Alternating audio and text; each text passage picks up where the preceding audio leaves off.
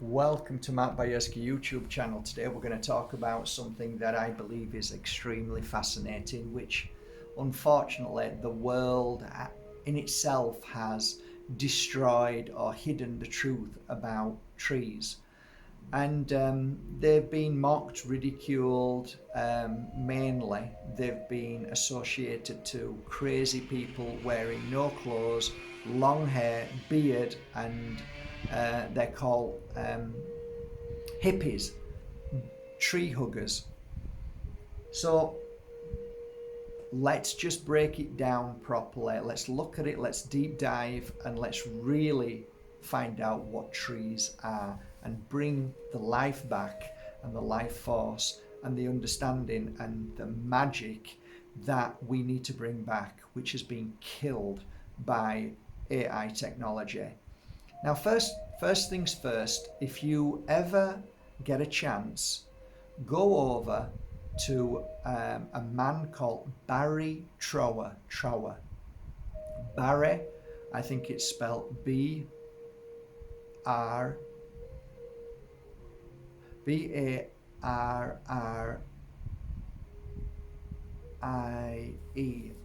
Trower, Trower.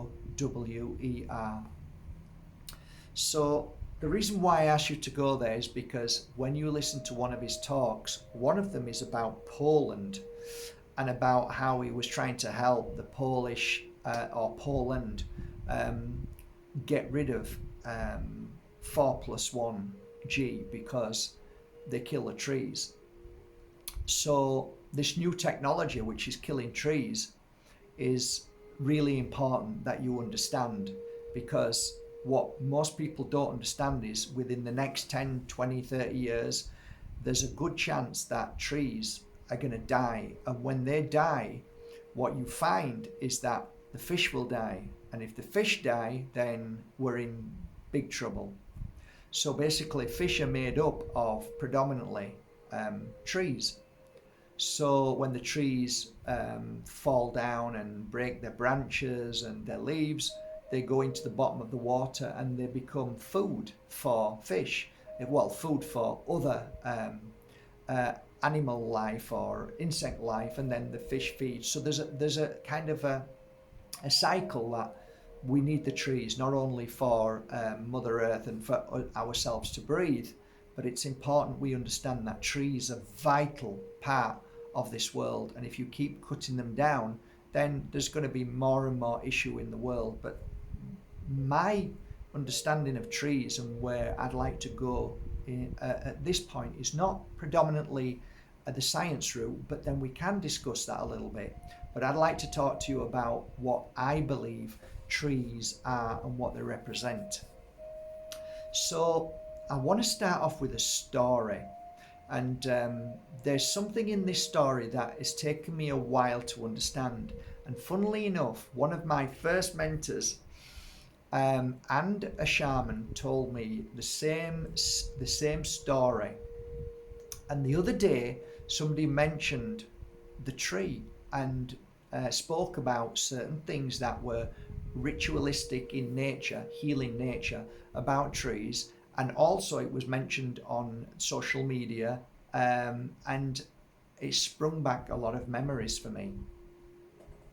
So when I was a little boy, on this finger here, right there, was a huge wart. It was massive, and I was only a little boy, but it was getting bigger and bigger. My dad took me to a tree just before we left to go to Poland for holidays in the caravanette. And he said to me, I'm going to lift you up and I want you to look at this tree and go to it was only a small tree, he says, but I want you to grab the highest point of the tree and snap it off. So I grabbed this part of the tree, and there was a little branch that I was managed to break. So I broke the branch, and he said, okay, we're going to do something now. And I said, okay. He said he took this branch and he cut it in half, and he put one piece of the branch here and tied it around with, I don't know what it was. It might have been tape, it might have been string. And then he said to me, don't take it off. And then with the other piece of the branch, he took it and put it in the gutter where the rain came down. And he put it there and he strapped it onto the gutter where the rain came down. And then he looked at me and he said, when we leave for Poland, as soon as it starts to rain in England, the water's going to go down and touch that piece of stick. And it's going to heal this and it's going to disappear. So keep watching, and you'll see that your thumb will heal. So in my head, I'm thinking, okay, soon as it rains, because my dad said soon as it rains, this is going to be healed. We set off, and in 2 to 3 days, it was gone, completely gone. It disappeared. Now, I've told this story a few times, and it's a real true story.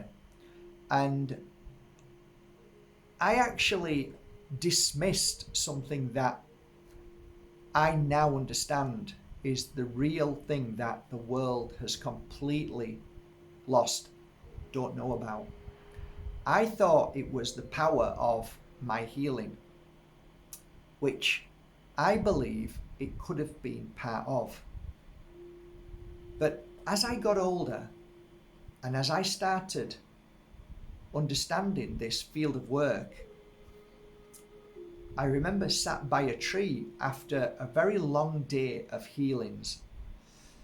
And I was sat by a tree, just sat there, and the phone rang, and I answered the phone, and I said hi to my friend, who was a very spiritual person, and she'd helped me a lot as well. She was a kind of guide as well, and she said, are you okay, Mark? I said, feeling a bit heavy today.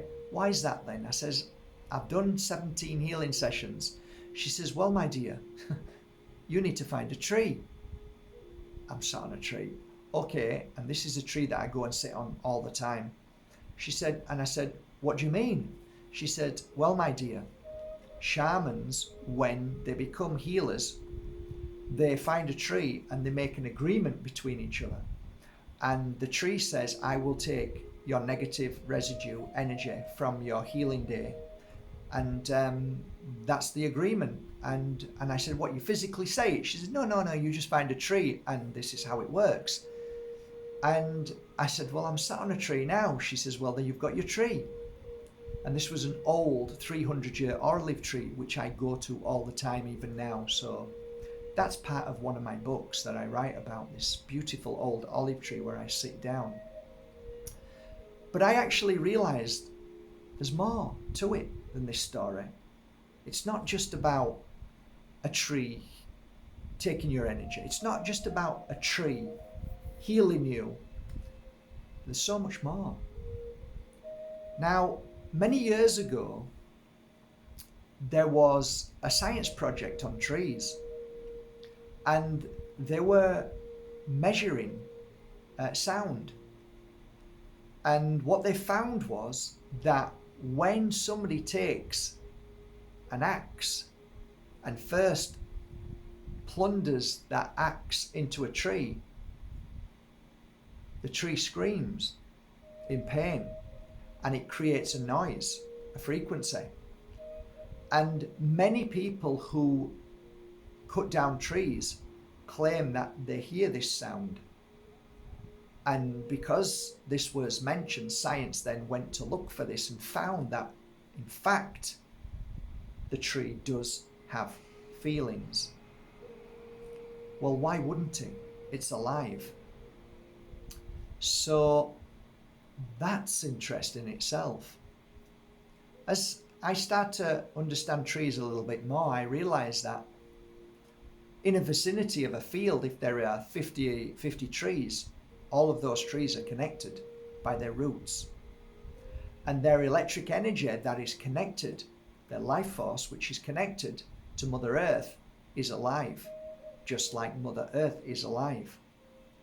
And when a tree, one tree out of 50 trees, is becoming sick because it may be infected, it may be getting old, it may be getting weak, it might have had a fungi attack or insect attack, it sends a message.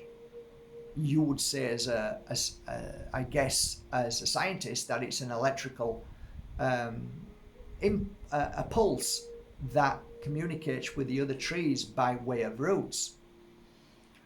I would say it's talking. It's telling each other by way of energy, and that's their communication. And at that moment, the other trees come together and start to help this tree. And if this tree gets older and older and starts getting sicker and sicker and dies, science has even realized that they still feed this tree and try to keep it alive, even though it might have died. So the other trees are always helping each other.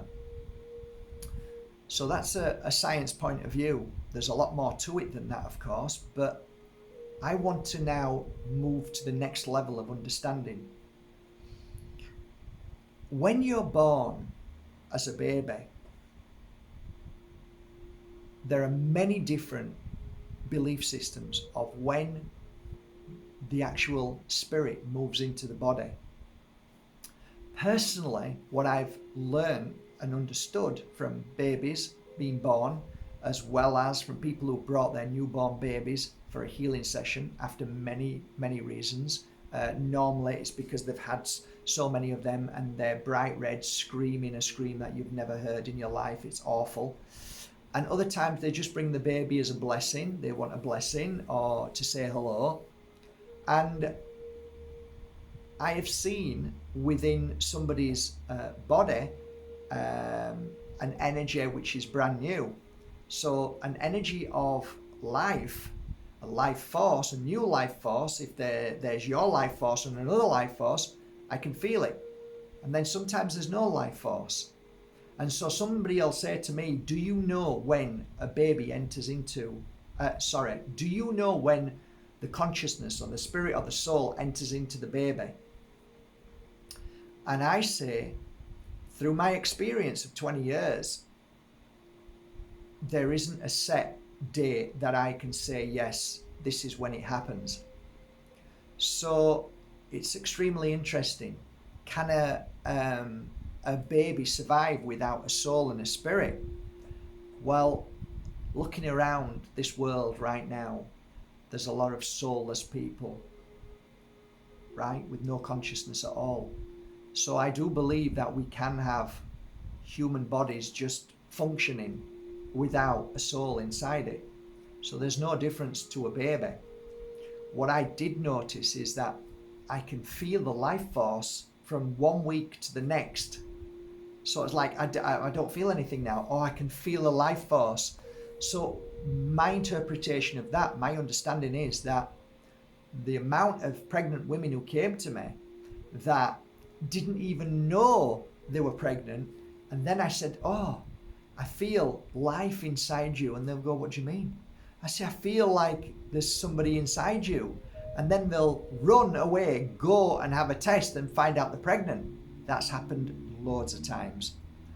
Then people who are pregnant, I didn't feel anything, and I said, well, I don't feel anything yet, and they'd come back 4 weeks later and then, oh, I feel life. So if you ask me, is there a set ABC to this? I'd say no, I don't think there is. I think the consciousness, you who goes into the spacesuit, will go in when you're ready to go in, and there isn't a set procedure. That there isn't a set, spiritual, magical moment when it happens. That would be my interpretation, but I could be wrong. But that's my interpretation because of what I've just said as a healer who's worked with people who are pregnant, and I felt and I didn't feel. So thus, that said, trees. When you plant a tree will start to grow, and you feel life force in that tree at a certain point where it becomes even more powerful. And I do believe some trees don't have, again, that kind of life force, so they're just a tree growing. But some have this life force, something else, something special. So some people will say to me, oh, I don't feel that on my tree. And I say, well, it might not be that there's a soul and it's just growing as it would do a tree. But I believe wholeheartedly that there are many trees that have consciousness, like you. And there are so many reasons why I could back that up with truth. But one which I'm going to leave you with today, which is so profound to me, that really tells me something. I have heard this story and seen this story many times, and that is, there is a tree in a village full of beautiful people, and this tree gives off almonds every year. And the villagers come and collect sackfuls of these almonds every year. There is a yield that they're guaranteed that they are going to be fed by this tree, and they are so thankful for that energy. In the moment of war, when people have to leave their home because of the war, and they've gone, and this tree is still there, and 3 or 4 years later, nothing's changed. You don't water a big tree, it waters by Mother Earth, so still there, nothing wrong with the tree. If you go back to that tree,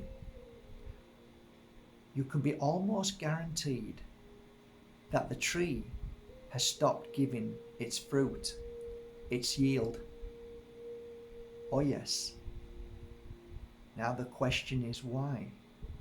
Why would a mature tree that every year gives you so many beautiful, juicy almonds, when everybody's gone, the tree gives nothing? There can be only one conclusion in my world, that the tree has consciousness and it knows to provide the souls around them with what they need. So, in my humble opinion, a tree is not a tree in the way we see it. A tree is a life force that is equal to you and I, that should be respected with love and taken care of, and we should bond with trees, and we should communicate with them, and we should listen to them, because I believe we've lost a vital part of our true ancient understanding of the magic of this world. Every tree is there to help you and to heal you and to strengthen you and to guide you and to protect you and to feed you and to heal you. I want you to think about that today, and maybe, just maybe,